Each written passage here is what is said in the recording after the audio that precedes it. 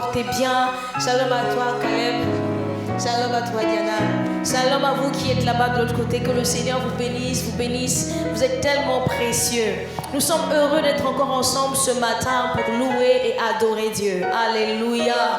J'aimerais nous inviter comme ça tout de suite à la prière, comme des personnes qui avaient tellement soif d'être là dans cette présence de Dieu.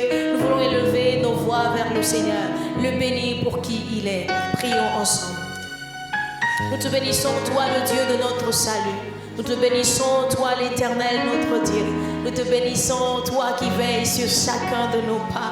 Seigneur, chacun de nos jours, tu les connais. Seigneur, nous te bénissons ce soir, ce matin. Nous voulons élever ton saint nom parce que point de Dieu comme toi. Dans nos vies, nous regardons chaque jour et nous considérons tes bienfaits. Nous disons, mais quelle grâce, alléluia, quelle grâce d'avoir ce grand Dieu qui chaque jour pose un regard particulier sur nos vies. Mais quelle grâce, Seigneur, quelle grâce, quelle grâce. Et ce matin, si nous sommes encore réunis, c'est parce que tu as encore renouvelé tes bontés, parce que le souffle de vie, Seigneur, Seigneur, c'est une grâce qui nous vient de toi. La santé dans nos corps, c'est une grâce qui nous vient de toi. Et ce matin, mes frères et sœurs et moi, nous voulons nous arrêter un moment pour te louer, pour t'adorer. Seigneur, nous voulons, oh Dieu, t'offrir ce que nous trouvons de meilleur dans nos cœurs. Nous prions ce matin, Seigneur, que notre parfum te soit agréable. Je prie pour quelqu'un, oh Dieu, qui est connecté. Je prie pour un homme, je prie pour une femme, je prie pour une famille. Je prie dans le nom de Jésus que dans ta bonté, Seigneur, ta visitation descende et nous fasse grand bien. Béni sois-tu, Éternel, dans le nom de Jésus. Amen. Gloire à Dieu. J'aimerais lire une belle parole. De là où vous êtes, de là où vous nous regardez, dites avec moi, belle parole. Dites avec moi, bonne parole. Elle se trouve dans le livre de Colossiens, le chapitre 2. Je lirai les versets 13 à 15. La Bible déclare, vous qui étiez morts par vos offenses et par l'incirconcision de votre chair, il vous a rendus à la vie avec lui en nous faisant grâce pour toutes nos offenses. Verset 14, il a effacé l'acte dont les ordonnances nous condamnaient et qui subsistait contre nous. Et il l'a détruit en le clouant en la croix. Verset 15, il a dépouillé les dominations et les autorités et les a livrées publiquement au spectacle en triomphant d'elles par la croix. Alléluia. Voilà ce que Christ a fait. C'est l'œuvre du Seigneur Jésus. Et ce matin, nous voulons chanter que je ne suis plus esclave. Je ne suis plus esclave de la peur. Parce qu'il a fait des grandes choses. Il a effacé l'acte dont les ordonnances nous condamnaient. Il m'a rendu à la vie. Il m'a rendu à la vie. Alléluia. Chantons ensemble ces paroles.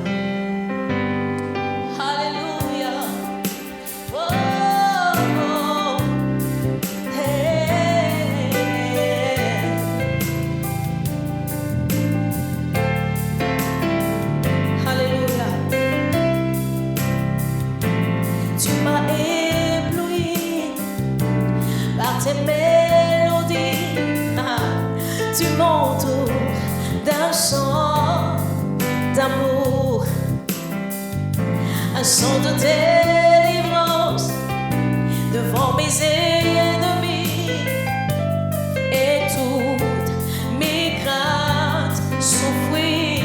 Disons ensemble, tu m'as ébloui. Tu m'as ébloui par tes mélodies.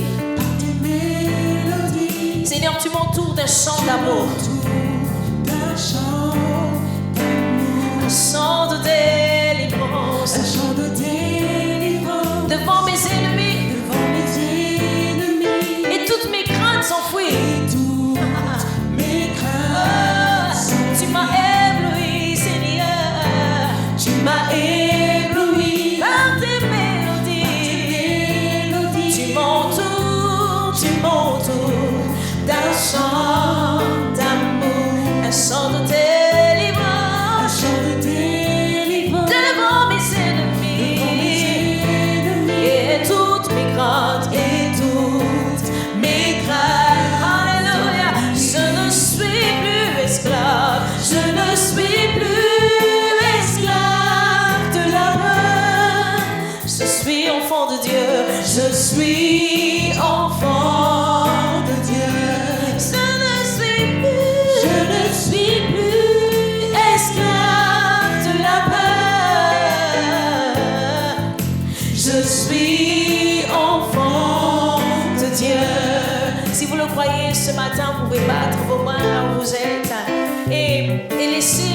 de Dieu, la joie de Dieu remplit votre cœur.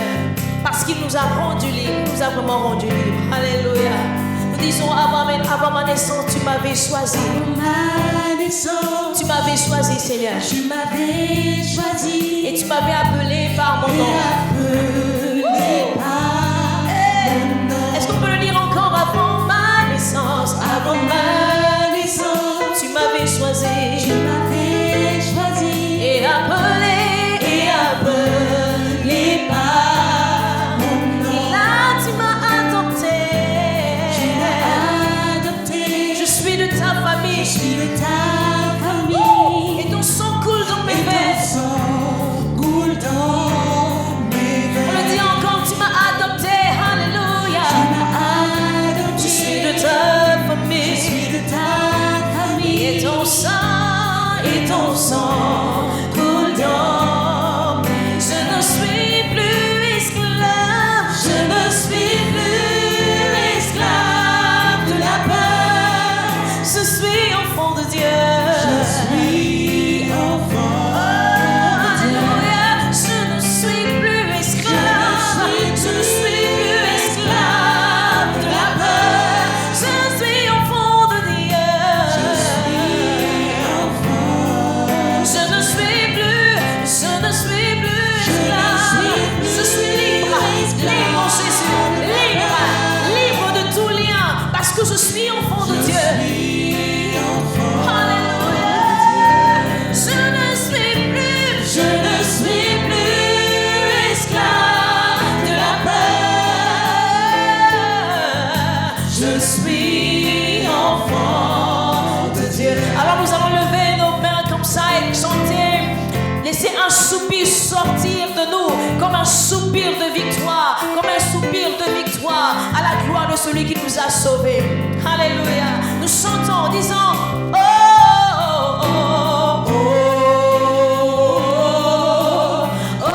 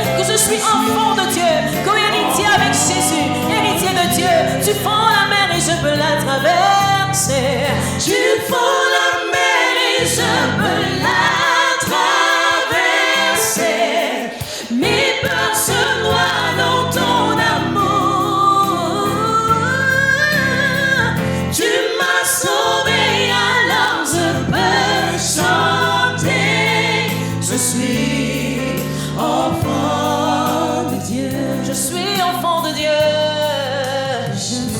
Alléluia. Enfant de Dieu. Nous sommes enfants de Dieu. Vous pouvez le déclarer ce matin. Je suis enfant de Dieu. Rien ne m'effraie, rien ne m'a peur. Parce que je suis enfant de Dieu. Ah, et quand il arriverait que j'éprouve de la frayeur, de la peur, je sais que je suis enfant de Dieu. Alors je relèverai la tête et je continuerai la course. Alléluia. Oh, je suis enfant de Dieu. Une dernière fois, je suis enfant de Dieu. Alléluia. Wouh. Mais quelle belle nouvelle, quelle bonne nouvelle. Ce matin, nous voulons, dans cette attitude d'enfant de Dieu, nous tenir là, dans sa présence, et lui chanter encore. Combien de fois nous trouvons qu'il est spécial, ce Dieu. Il est le Dieu de gloire. Dans les cieux, les anges se prosternent pour l'adorer. Les 4 êtres vivants se prosternent. Les 24 vieillards jettent leur couronne. Nous voulons simplement l'adorer parce qu'il mérite cette attention de notre cœur. Père, tu es le Dieu de gloire. Jésus, tu es le Dieu de gloire. Merci Saint-Esprit. Dieu de gloire, je t'adore. Ton nom s'élève en majesté, te m'élève, je célèbre ta victoire, ton règne, ton autorité. Digne es-tu, agneau de Dieu. Chantez avec moi. Digne es-tu, agneau de Dieu. Digne es-tu, agneau de Dieu. Oui, tous les anges ensemble acclament. Tous les anges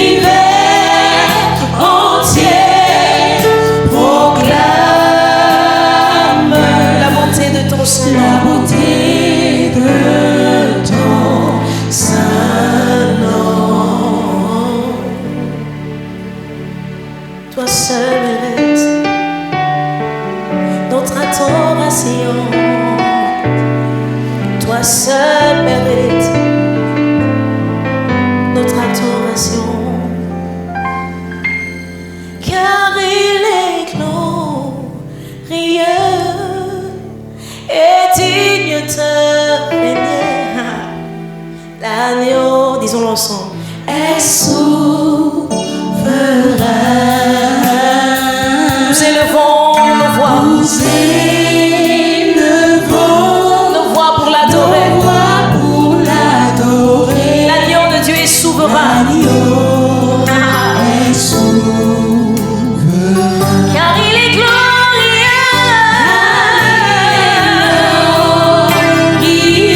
Et digne de régner. L'agneau de Dieu est souverain. Alléluia. À la surface de la terre, les voix s'élèvent pour lui rendre la gloire, pour lui rendre l'honneur. Nous adorons l'agneau qui est souverain.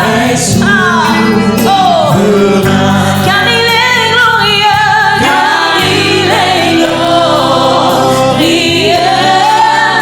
Et digne de régner. l'agneau de Dieu est souverain, est souverain, est souverain, est souverain. Nous célébrons nos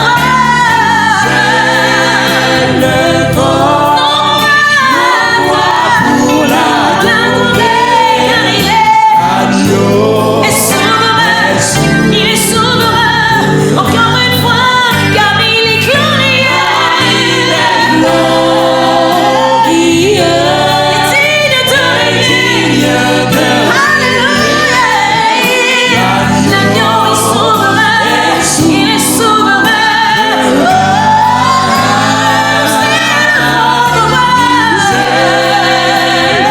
Oh,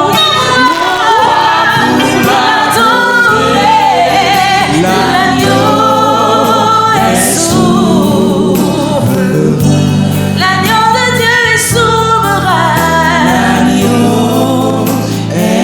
Il est souverain. L'agneau de Dieu est souverain. Il est souverain. Il règne dans les cieux. Il règne sur la terre. Même sous la terre, rien ne lui résiste. Lui seul mérite la gloire, la louange, l'honneur, la majesté. L'agneau de Dieu est souverain.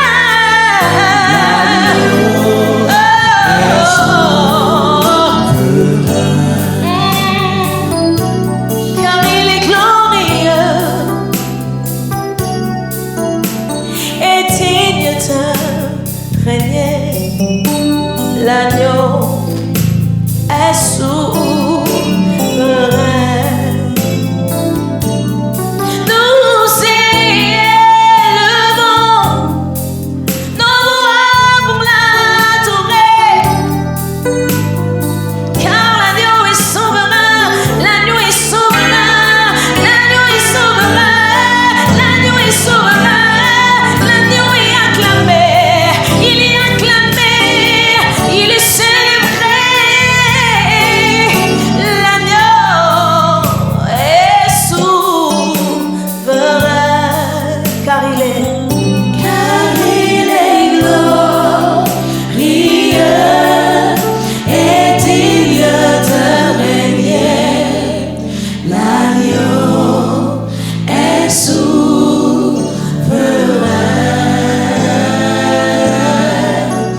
Nous élevons nos voix pour l'adorer. L'agneau est souverain. Alléluia. Nous pouvons joindre nos deux mains et acclamer le Seigneur pour qui il est, alors que nous le célébrons ce matin par nos chants, par nos prières, par nos acclamations.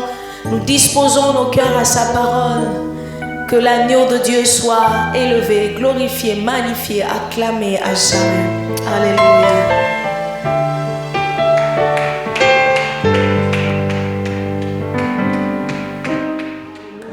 Gloire à notre Dieu. Merci. Merci à ces instruments pour cette glorieuse présence, cette atmosphère dans laquelle nous sommes entrés au moyen de la louange et de l'adoration. Quelle grâce, quel privilège. Je suis béni de prendre part à de tels instants. Et je crois que vous aussi qui êtes connectés et qui suivez ce culte en ce moment, la présence de Dieu vous touche là où vous êtes. Est-ce que vous pouvez vous joindre à moi pour prier? Certes, nous sommes déjà dans le culte, mais nous voulons lui recommander ces instants de partage de sa parole, afin que nos cœurs soient encore mieux disposés, afin que l'Esprit de Dieu puisse encore faire quelque chose à l'intérieur de nous et nous emmener à aller plus loin par sa grâce. Merci Seigneur. Prions ensemble. Nous te rendons toute la gloire au Dieu vivant. Merci pour ta présence au milieu de nous. Quelle atmosphère! C'est notre grâce de prendre part à de tels moments. Seigneur, nous venons te soumettre nos cœurs et nos reins comme une terre fertile qui soupire après l'eau du ciel. Puisses-tu nous visiter, nous bénir, nous consoler, nous fortifier par ton Saint-Esprit et au travers de ces quelques mots. Seigneur, nous remettons nos vies entre tes mains comme de simples vases, comme de simples instruments, comme de simples canaux que tu utilises pour répandre ta grâce. Qu'il en soit ainsi maintenant, dans le nom de Jésus-Christ. Amen. Amen et gloire à notre Dieu pour son soutien, pour son appui, pour sa force, pour sa présence agissante au milieu de nous. Alors aujourd'hui, comme nous l'annoncions depuis la semaine dernière, nous allons partager la deuxième partie de notre message face à face avec le doute.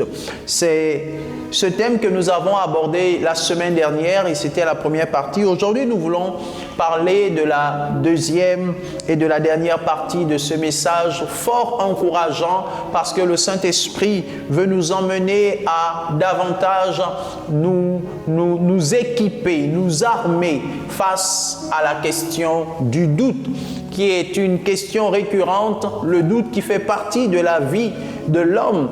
Et l'homme est souvent confronté à cela, comme l'a dit Salomon dans l'Ecclésiaste au chapitre 3, il y a un temps pour toutes choses.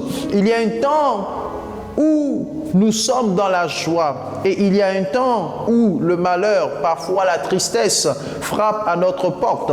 Il y a un temps où la paix remplit nos cœurs et nous envahit et il y a un autre temps où la peur fait surface.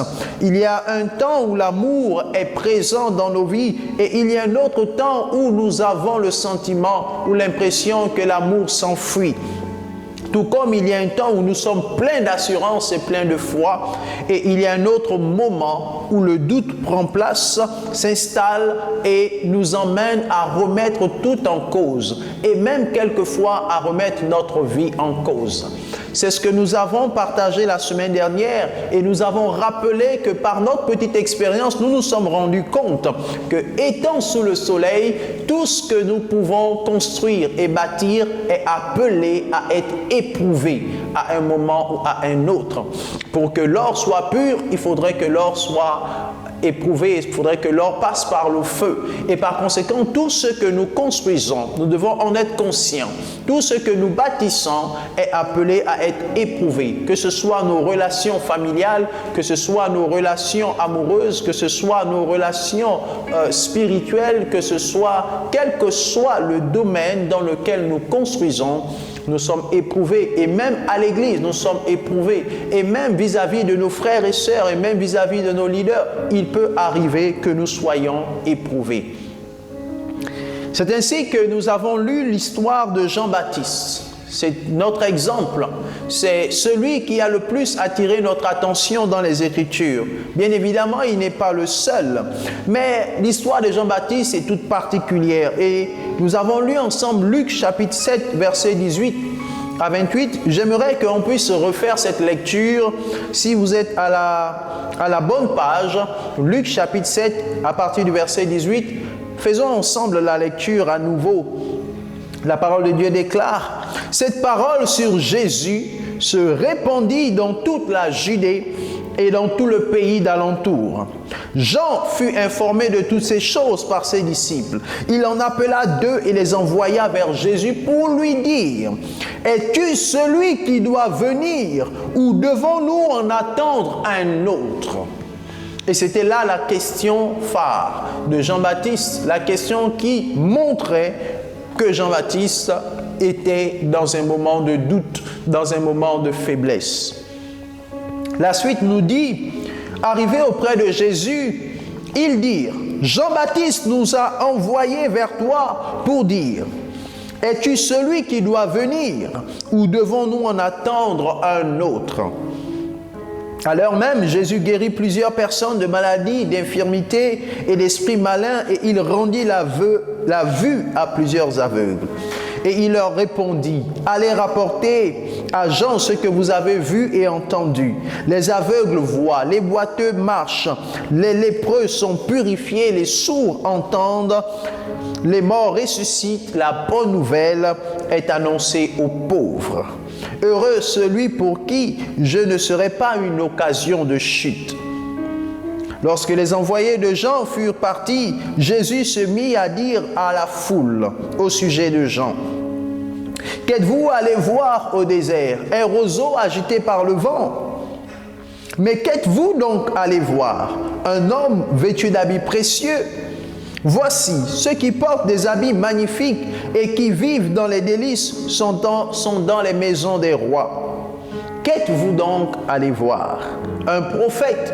Oui, vous dis-je, et plus qu'un prophète, c'est celui dont il est écrit, voici, j'envoie mon messager devant ta face pour préparer ton chemin devant toi. Je vous le dis, parmi ceux qui sont nés de femmes, il n'y en a point de plus grand que Jean. Cependant, le plus petit dans le royaume de Dieu est plus grand que lui. Amen. Au travers de cette lecture, nous avons compris et nous nous sommes posés un certain nombre de questions, notamment comment Jean-Baptiste a-t-il pu arriver à douter de Jésus? Et nous avons revu l'arrière-plan de Jean-Baptiste. Et nous avons compris que Jean-Baptiste n'était pas n'importe qui. C'est une personne qui avait quand même une certaine dimension. Il avait été annoncé depuis l'Ancien Testament par le prophète Ésaïe, par le prophète Malachi. Il avait été dit qu'une voix crierait dans le désert, qu'une personne allait venir avant le Seigneur et allait préparer son chemin. Donc il avait été annoncé depuis l'Ancienne Alliance. Un ange était également venu l'annoncer à son père Zacharie avant qu'il ne vienne au monde. Et donc, on comprend que Jean-Baptiste était dans le plan parfait de Dieu. Dieu avait pensé la venue de Jean-Baptiste plusieurs siècles avant même que Jean-Baptiste ne vienne au monde. Voici la personne dont il s'agit. Celui qui a eu la révélation que Jésus était l'agneau de Dieu. Celui qui a introduit Jésus dans son ministère au travers du baptême qu'il a permis à Jésus de prendre. C'est quand même pas n'importe qui. Celui qui a préparé le terrain pour Jésus, qui a commencé à annoncer la bonne nouvelle qu'un sauveur viendra. Celui qui a commencé à préparer le terrain et à emmener les gens à la repentance. Jean-Baptiste. Il a eu la révélation que Jésus était l'agneau. Mais comment quelqu'un de cette trempe a-t-il pu arriver à un moment de doute, à un moment de faiblesse, à un moment de désillusion vis-à-vis de Jésus? Et si une personne de cette trempe arrive à ce niveau, nous, qui sommes-nous? Il peut donc arriver que tout homme, pieux soit-il, spirituel soit-il, il peut avoir une grande sagesse, il peut avoir une grande connaissance et malgré tout passer par des moments de faiblesse où le doute prend place. La question était donc, comment Jean-Baptiste a-t-il pu arriver à ce niveau? Et aujourd'hui, nous voulons davantage en savoir. Nous voulons davantage savoir comment Jean-Baptiste a-t-il pu arriver à ce moment de faiblesse, à ce moment de doute, au point d'envoyer des disciples vers Jésus pour demander est-ce que finalement c'est lui qui devait venir ou bien il doit vraiment attendre une autre personne? C'est comme si Jésus était devenu une occasion de chute pour Jean-Baptiste. Et Jésus l'a dit, « Heureux celui pour qui je ne serai point une occasion de chute. » Jean-Baptiste, le plus grand de tous les prophètes de son temps et de l'ancienne alliance, a fini par douter de Jésus. Mais il y a des raisons qui expliquent. Et vous comprendrez avec moi que nous aussi, quelque part, nous pouvons nous retrouver dans ces situations si nous ne sommes pas vigilants, si nous ne sommes pas attentifs, si nous ne développons pas une certaine connaissance, intimité du Seigneur. La première raison pour laquelle Jean-Baptiste est arrivé à ce niveau de doute, c'est parce que la révélation que Jean-Baptiste avait au sujet de la mission de Jésus était limitée. Donc Jean-Baptiste avait une révélation qui était limitée de Jésus. Or, on peut se demander comment cela est-il possible? Il s'agit quand même de Jean-Baptiste. Oui, la révélation qu'il avait était limitée et c'est principalement ce qui l'a induit en erreur. Alléluia. Jean voit Jésus, il entend autant pour moi des nouvelles de Jésus. Jésus fait des miracles. Jésus vient à peine de ressusciter un mort, le fils de la veuve de Naïm. Alors Jean se pose la question, il se demande, mais cet homme dont je suis venu préparer le chemin, il ne fait qu'accomplir des miracles, mais il n'accomplit pas le miracle auquel moi je m'attends. Et vous allez comprendre de quoi il s'agit. Dans la question que Jean-Baptiste pose, on perçoit clairement l'attente principale de Jean-Baptiste, qu'il ne voyait pas se concrétiser. Tout comme vous et moi pouvons avoir des attentes vis-à-vis du Seigneur ou vis-à-vis d'une personne, et lorsque nous ne voyons pas ces attentes se réaliser, nous plongeons dans le doute. Nous doutons de la personne, nous doutons du Seigneur. Jean-Baptiste avait une révélation limitée, parce que sa révélation s'appuyait principalement sur les écrits des prophètes qui étaient avant lui. Et quand on regarde la question qu'il pose, il demande si Jésus est vraiment celui qui devait venir ou bien ils doivent en attendre un autre. En fait, Jean-Baptiste s'attendait à ce que ce Jésus-là vienne délivrer Israël de tous ses maux. Et bien évidemment, lui aussi allait bénéficier de cela. Et certainement, il ne serait plus dans la prison. Alléluia. Alors, quand on parle de sa révélation qui était limitée, il faut comprendre premièrement que cette limite concerne la connaissance que Jean-Baptiste avait des temps messianiques, c'est-à-dire des événements futurs qui devaient arriver et qui avaient été annoncés par les prophètes. Jean-Baptiste avait une connaissance quelque peu limitée à ce niveau. Et il ne doutait pas principalement du Seigneur Jésus, mais il doutait de son caractère messianique. Parce que Jean s'attendait à ce que, en venant, Jésus puisse rétablir le royaume d'Israël, comme cela avait été annoncé par les prophètes avant lui.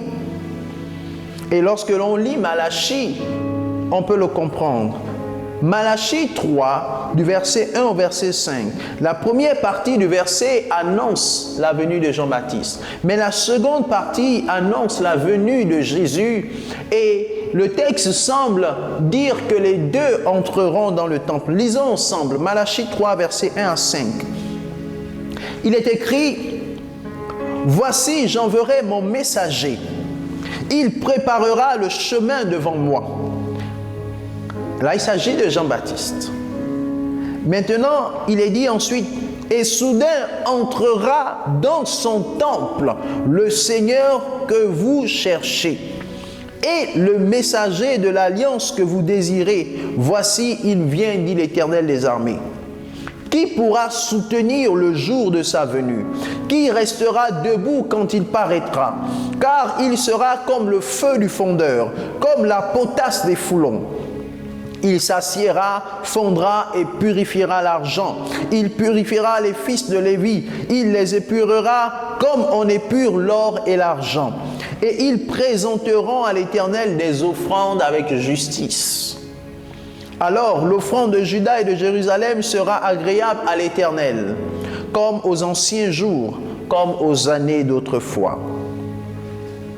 Je m'approcherai de vous pour le jugement et je me hâterai de témoigner contre les enchanteurs et les adultères, contre ceux qui jurent faussement, contre ceux qui retiennent le salaire du mercenaire, qui oppriment la veuve et l'orphelin, qui font tort à l'étranger et ne me craignent pas, dit l'Éternel des armées. Donc, voici une des prophéties de Malachie. Nous l'avons lu d'abord dans la première partie, mais juste le premier verset. Et lorsqu'on lit jusqu'au verset 5, on voit qu'il y a une suite logique des événements. D'abord, Malachie prophétise en annonçant que « Voici, j'enverrai mon messager et il préparera le chemin devant moi », c'est-à-dire Jean-Baptiste. Et ensuite, il ajoute « Et soudain entrera dans son temple le Seigneur que vous cherchez. » Et soudain, c'est-à-dire que lorsque Jean-Baptiste allait sur le terrain pour annoncer et que le Seigneur ensuite entrera pleinement dans sa mission, soudain il entrera dans le temple et il viendra remettre de l'ordre. Il viendra rétablir les choses comme aux anciens jours. Il permettra que le jugement se fasse contre tous les infidèles, contre les adultères, contre tous ceux qui font le mal, contre tous ceux qui sont... contre tous ceux qui oppriment la veuve et l'orphelin. Il viendra régler toute forme d'injustice et il viendra délivrer Israël de tous ses ennemis. Voici donc l'une des attentes de Jean-Baptiste. En s'appuyant sur Malachie, évidemment, on pourrait comprendre les choses dans ce sens. Lorsque l'on n'a pas la maîtrise parfaite des temps messianiques dans lesquels ces choses doivent s'accomplir. Donc, Jean avait cet arrière-plan. Cependant, ce qu'il voyait était tout autre. Il se disait probablement qu'il devait avoir une restauration politique, économique et religieuse de l'État d'Israël. Mais au lieu de ça, il se rend compte que Jésus est même méprisé. Jésus est même négligé par les gens. Enfin, pas négligé, mais rejeté par les gens. Malgré que Jésus fait des miracles, il ressuscite des morts, néanmoins, il attire à lui des problèmes. Et du coup, les miracles, ce sont des œuvres spirituelles. Mais au-delà de ces œuvres spirituelles, il ne voit pas d'autres changements. Alors il commence à se poser la question. Un deuxième élément important, c'est que la connaissance de Jean-Baptiste est limitée parce que on pourrait aussi associer à cette limite celle de la connaissance de son père Zacharie. Nous savons qu'en Israël, l'instruction était transmise de père à fils. C'est le père qui éduquait son enfant et qui lui enseignait la parole, qui lui enseignait les us et les coutumes, et qui lui enseignait également les prophéties de la Torah, jusqu'à ce que l'enfant devienne grand et apprenne par lui-même. Ce qui signifie que Zacharie a certainement révélé à Jean-Baptiste les attentes du Seigneur pour lui et ce qui allait arriver dans les temps messianiques, dans les temps futurs. On peut se rendre compte de cela dans Luc chapitre 1er verset 76. Et un peu plus, on voit là la prophétie de son père Zacharie. Zacharie reçoit une prophétie du Seigneur. Et écoutez cette prophétie de Zacharie. Il est écrit, Zacharie, son père, fut rempli du Saint-Esprit. Et il prophétisa en ces mots. Béni soit le Seigneur, le Dieu d'Israël, de ce qu'il a visité et racheté son peuple, et nous a suscité un puissant sauveur dans la maison de David, son serviteur, comme il l'avait annoncé par la bouche de ses saints prophètes des temps anciens. Un sauveur qui nous délivre de nos ennemis et de la main de tous ceux qui nous haïssent. C'est ainsi qu'il manifeste sa miséricorde envers nos pères et se souvient de sa sainte alliance, selon le serment par lequel il avait juré à Abraham notre père, de nous permettre, après que nous serions délivrés de la main de nos ennemis, de le servir sans crainte, en marchant devant lui dans la sainteté et dans la justice de tous les jours de notre vie. Waouh! Et donc, cette prophétie montre clairement que Zacharie savait que le Seigneur avait pour mission de venir et de rétablir le royaume Israël correctement en le délivrant de tous ses ennemis, en restaurant la justice, la paix. Alléluia. Mais le problème, c'est que personne ne maîtrise exactement comment les choses vont se passer, en combien d'étapes les choses vont se passer. Tout le monde se dit que dès que, du moins Zacharie, et je suppose que c'est aussi la connaissance qu'il a transmise à son fils Jean-Baptiste. Donc, il devait certainement s'attendre à ce que lorsque le Sauveur viendra, lorsque le Messie arrivera, il restaurera la nation sur ses différents plans. Sur le plan politique, sur le plan économique, sur le plan social. Alléluia. Donc, cette méconnaissance a emmené Jean-Baptiste à se poser les questions lorsqu'il était dans la prison. Voici, je suis en prison. Voici, ma fin approche. Mais cette attente que j'ai vis-à-vis de Jésus, je ne le vois pas. Je ne la vois pas autant pour moi se réaliser. En plus de cela, Jésus s'occupe plutôt de guérir simplement les malades, de ressusciter. Mais qu'en est-il de la nation? C'est la raison pour laquelle Jean-Baptiste pose la question au travers de ses disciples. Il dit, demandez-lui, est-ce que c'est lui qui doit venir ou bien devons-nous en attendre un autre? Parce qu'il s'attendait à ce que ce Messie-là, quand il viendrait, il rétablira la nation, il restaurera la nation, il délivrera la nation de tous ses ennemis. Et les principaux ennemis d'Israël, c'était d'abord les Romains, parce qu'Israël était sous occupation et sous domination romaine. Alors ils pensaient que le Messie qui viendrait les libérera. En fait, ils pensaient que le règne de Jésus, lorsqu'il viendra, c'était un règne physique en ce moment-là. Or, il se rend compte au fur et à mesure que les choses évoluent que le règne, le rétablissement ne se fait pas.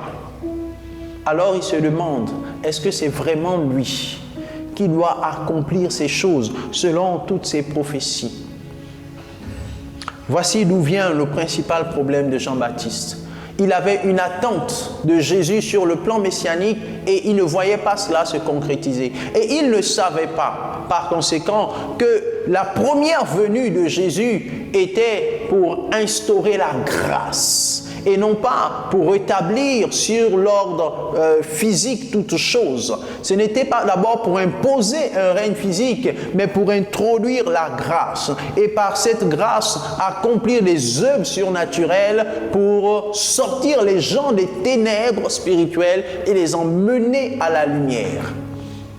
Et c'est lorsque Jésus reviendra plus tard, qu'il apparaîtra dans la nuée, qu'il viendra établir un règne physique comme celui que Jean-Baptiste attend. Or, Jean-Baptiste n'avait pas compris les choses sous ses différents angles, sous ses plans. Pour lui, quand ce Jésus entrerait pleinement dans sa mission, il rétablirait toutes choses. Et Jean-Baptiste est déçu. Il est déçu de constater que cette attente qu'il avait ne se réalisait pas. Raison pour laquelle il envoie demander. La raison pour laquelle il doute du caractère messianique. Est-ce que finalement c'est lui? Peut-être que ce n'est pas lui. Pourtant c'est moi qui l'ai introduit, mais Jean-Baptiste se dit finalement ce n'est peut-être pas lui. Parce que celui qui va venir, il va rétablir toutes choses.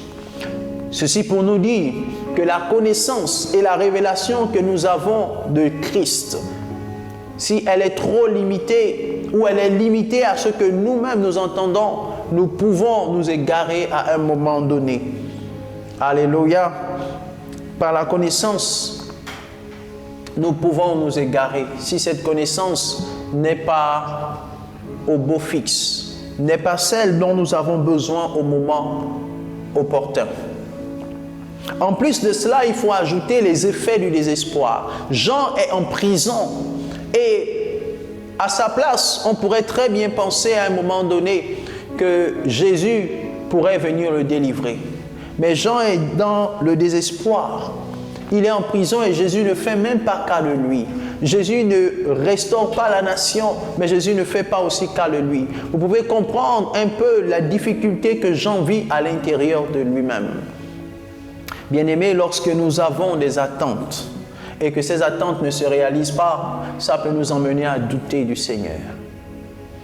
Jean peut se dire, mais je viens d'apprendre qu'il a ressuscité le fils de la veuve de Naïm.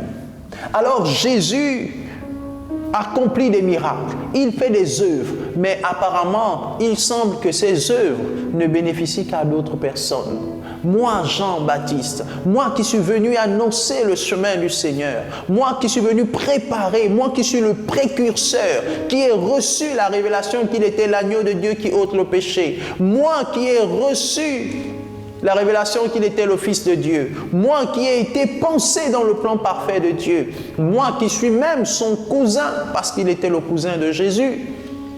Jésus ne fait pas cas de moi. Il ne fait pas cas de mes attentes. Et il ne s'occupe que des autres. À croire que les grâces, les bénédictions, les faveurs que le Seigneur et les miracles que le Seigneur a accomplis, c'est seulement pour les autres. Nous autres, ça ne nous touche pas, ça ne nous concerne pas. Qu'avons-nous fait au Seigneur? Est-il réellement avec nous? Est-il vraiment, nous prend-il vraiment en considération? Toutes ces questions-là peuvent nous assaillir comme Jean-Baptiste et nous retrouver dans un gouffre. Alléluia. Je peux imaginer combien ça peut être difficile lorsque nous avons des attentes vis-à-vis du Seigneur et qu'on ne les voit pas se réaliser. Et quelquefois, ces attentes sont tournées vers des hommes, vers le pasteur, vers le frère en Christ, vers une sœur qui est bien placée sur le plan social et qui pourrait nous aider, mais qui ne le fait pas. Parfois, on s'attend à ce que, dans la situation-là, c'est la prière du pasteur qui va déclencher les choses. Et puis après, malgré la prière, les choses semblent toujours bloquées. Et puis après, on commence à douter. Est-ce que vraiment la puissance de Dieu est là? Est-ce que vraiment le Saint-Esprit agit là? Est-ce que vraiment Bien-aimés, faisons attention aux doutes. Faisons attention aux doutes. Quelquefois, c'est juste que nous n'avons pas une bonne lecture et une bonne compréhension des choses, comme ce fut le cas de Jean-Baptiste. Jésus est venu pour accomplir ses œuvres, pas pour satisfaire premièrement tous nos désirs et toutes nos passions. Oui, il est vrai que nous devons nous attendre à sa grâce pour exaucer nos prières, mais nous devons savoir qu'il n'est pas un serviteur qui est là pour obéir à nos ordres. Il n'est pas juste là pour satisfaire nos désirs et nos passions, mais pour accomplir une œuvre, une mission. Instaurer son royaume, et cela en dépit des temps et en dépit des circonstances.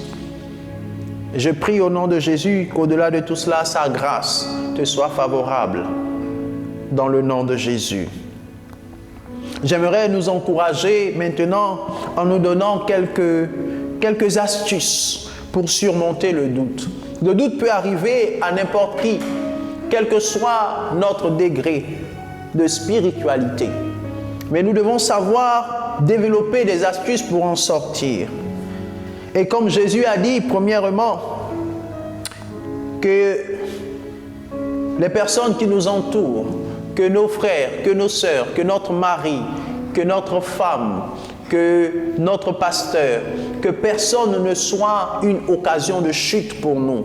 Notre foi doit rester intacte et centrée sur Dieu. Que personne ne soit une occasion de chute. Il a dit, Jésus, il a dit, heureux celui pour qui je ne serai pas une occasion de chute. Parce qu'à ce moment-là, il était devenu une occasion de chute pour Jean-Baptiste. Parce que Jean-Baptiste n'avait pas la pleine révélation de ce que Jésus était d'abord venu accomplir. Que personne ne soit une occasion de chute pour toi. Alléluia. Que les prophéties ne soient pas une occasion de chute pour toi.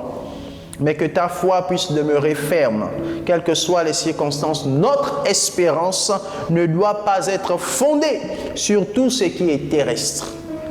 Autrement, certaines choses pourraient devenir pour nous des occasions de chute. Notre espérance doit être focalisée sur ce qui est céleste, sur les promesses de Dieu, sur la certitude, la conviction que même si la promesse tarde, elle s'accomplira. Jean-Baptiste avait une vision terrestre de la mission de Jésus. Il était convaincu que Jésus viendrait déjà rétablir son royaume. Et c'est pourquoi il a fini par douter. Alors que nous puissions plutôt développer une vision céleste, une espérance fondée sur ce qui est céleste et pas seulement terrestre. Deuxièmement, c'est important que nous puissions savoir nous tourner vers Dieu. Quoique Jean-Baptiste ait douté du caractère messianique de Jésus, il a néanmoins eu la bonne attitude. Plutôt que de rester dans sa prison à murmurer contre Jésus, à se poser 1000 questions, à dénigrer, à calomnier Jésus dans sa prison, il a préféré envoyer des disciples aller lui poser la question.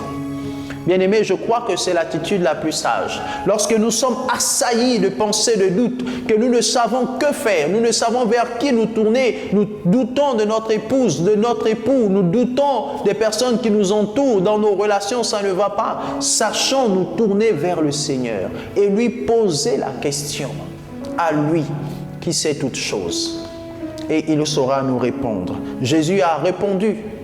Il a dit aux disciples, allez-y dire à Jean, voici les œuvres. La bonne nouvelle est annoncée. Et en d'autres termes, voici la mission principale pour laquelle je suis venu, premièrement. Alléluia. Que nous puissions savoir nous tourner vers le Seigneur. Que nous ne puissions pas tirer des conclusions précipitées de certaines situations, comme c'est souvent le cas. Oui, parce que tel frère, parce que telle sœur t'a regardé d'une certaine manière, tu tires la conclusion qu'il ne t'aime pas. Parce qu'il a dit une parole qui ne va pas dans le sens du poil, alors tu conclus qu'il ne t'apprécie pas. Quelquefois, il ne faut pas tirer de conclusions précipitées. Pose-lui la question, demande-lui. Pourquoi cette situation? Qu'est-ce que je n'ai pas compris? Essaie de m'expliquer pour que je comprenne mieux. Plutôt que de juger à distance, de murmurer, de critiquer, simplement parce que l'on a entendu d'une oreille. Nous devons toujours savoir accorder le bénéfice du doute. Alléluia. Que cette parole soit pour toi au nom de Jésus. Troisièmement, une chose importante, une astuce importante à faire, c'est saturer nos pensées de la parole de Dieu, afin de ne pas succomber aux attaques dans les pensées pendant les moments d'oisiveté ou pendant les moments de faiblesse. Parce que quelquefois le doute provient de l'ennemi qui nous assaille, qui nous attaque dans nos pensées parce que nous sommes distraits, oisifs. Alléluia. La parole de Dieu est notre sécurité et notre antidote contre le doute. Nous devons savoir l'utiliser. Nous devons savoir exploiter cela. C'est pendant des moments en prison où Jean-Baptiste n'était pas occupé ou alors était occupé à ne rien faire que Jean-Baptiste s'est mis à ressasser de nombreuses pensées et à douter. Nous devons donc faire attention à ces moments-là. Quand on est trop penché sur nos malheurs ou sur nos problèmes personnels, on court le danger du doute.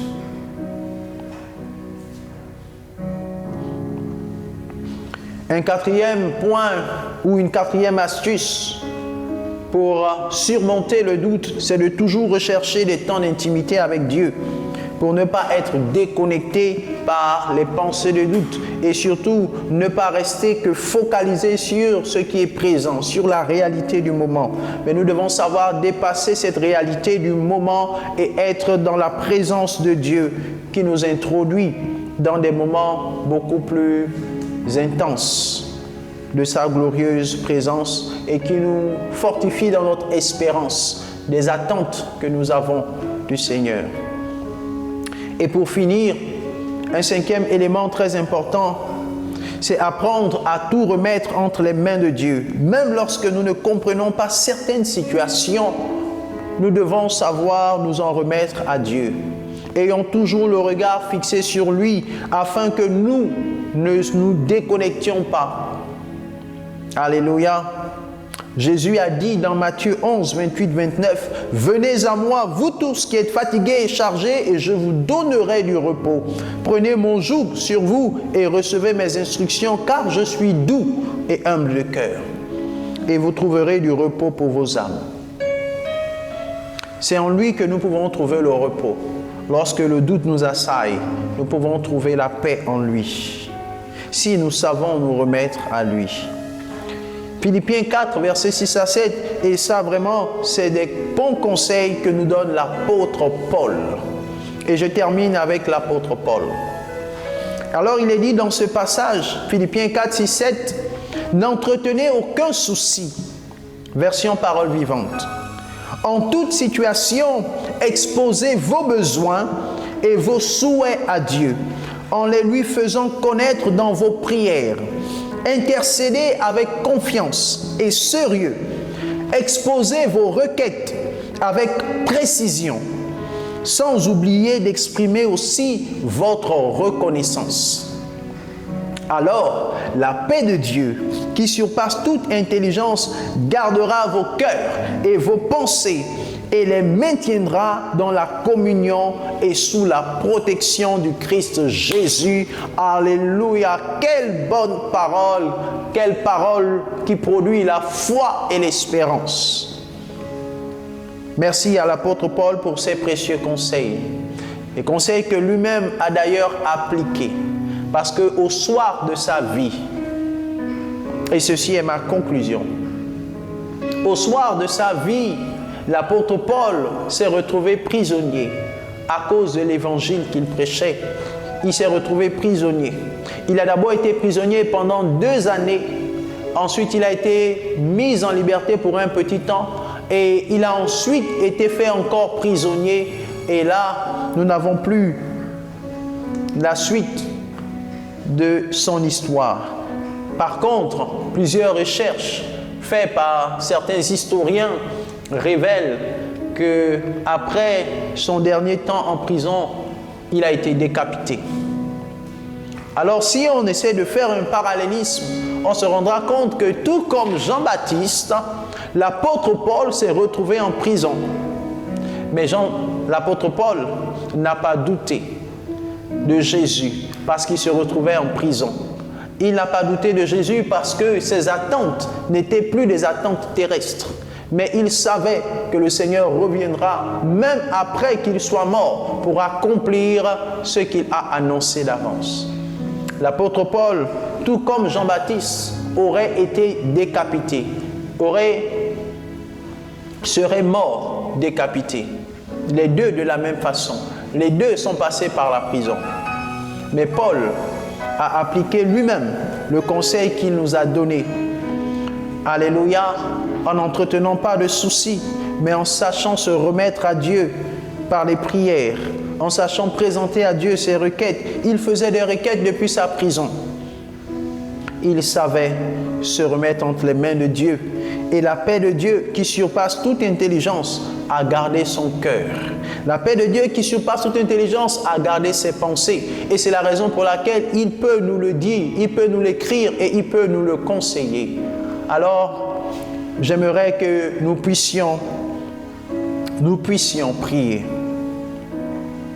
Nous puissions prier afin que nous puissions être fermes lorsque nous traversons des moments de faiblesse.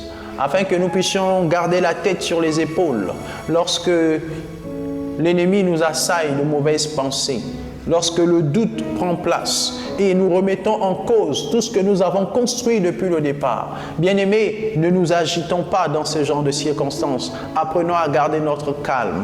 Apprenons à chercher la présence de Dieu. Apprenons à développer la paix intérieure que procure le Saint-Esprit. Apprenons à nous tourner vers Dieu pour avoir la vérité sur ce que nous vivons. Je vous invite à prier avec moi. L'espérance est la chose qui nous garde le plus.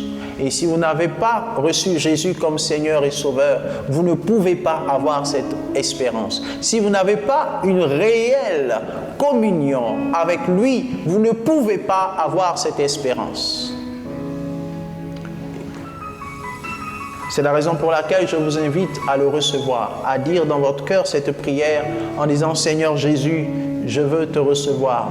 Viens prendre la place de Seigneur et Sauveur dans ma vie. Pardonne-moi mes péchés. Fais-moi entrer dans cette espérance nouvelle pour que je te connaisse davantage et que je marche avec toi.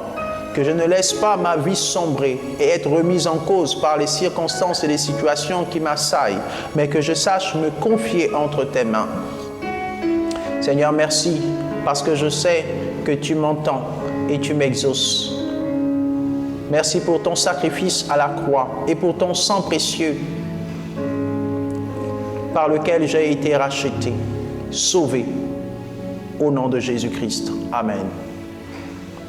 Que le Seigneur nous bénisse. Pour nous qui l'avons reçu, soyons fortifiés, soyons encouragés, autant pour moi, sachons prendre les bonnes décisions. Et au soir d'une vie, prenons l'apôtre Paul comme exemple, afin de surmonter les moments de doute, afin de surmonter les moments de faiblesse. Confions-nous au Seigneur. Il est le seul qui peut nous donner la paix qui surpasse toute intelligence, qui garde nos cœurs et nos pensées en lui. Que Dieu nous bénisse. À très bientôt dans le beau et précieux nom de Jésus-Christ. Amen.